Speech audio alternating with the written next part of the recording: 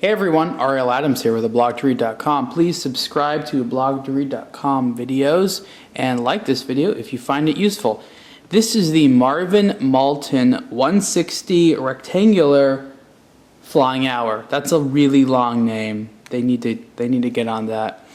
This is the second such watch from Marvin that I've reviewed that has this type of layout. It's based, I think, on a historic watch they had, and there's two crowns. And I remember on the previous version, I forget the reference number right now, it was not in the Malton collection, also had the two crowns. And the funny thing was that the lower crown didn't do anything.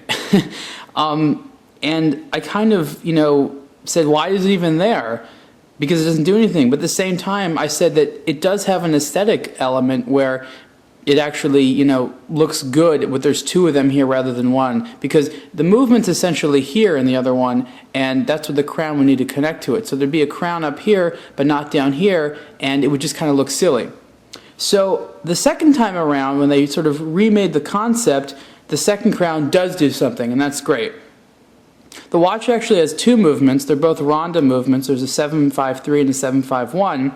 And they're not actually connected. So down here is the seconds, and up here is the hour and the minutes. And they call this a regulator watch. It's not actually a regulator, but I guess it's kind of similar to a regulator, so whatever. But you can call it the flying hour watch. So let's look here first at the hour and minute. The hour is told in a window here on a disc.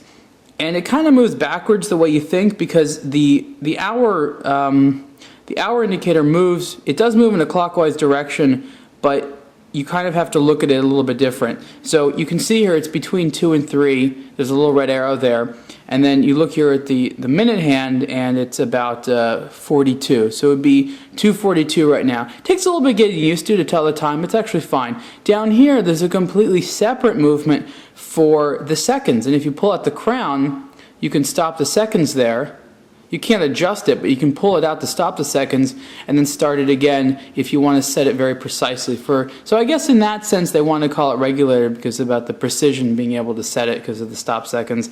Other quartz movements have that as well. It's fine. It's fun.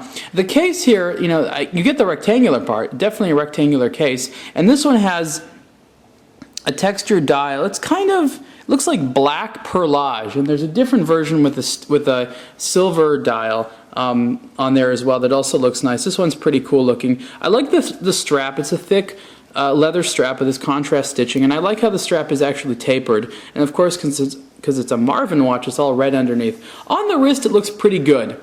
I'm pretty happy with the way this turned out. It's a cool looking watch. It's definitely a conversation starter. The case itself is about 35 millimeters wide and about 50 millimeters tall.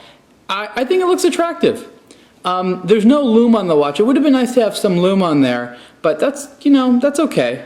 Anyways, I was actually very impressed with this watch overall. It's definitely an avant-garde piece, but it's interesting, it's attractive, and Marvin did a really good job at making it actually cool, which is hard to do. It's a hard thing to do with watches that are this sort of avant-garde and a little bit different.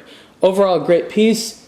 Again, this is the Marvin Malton 160 rectangular flying hour watch, and the price is $1,020, and you can see the full review on blog2read.com. Thanks.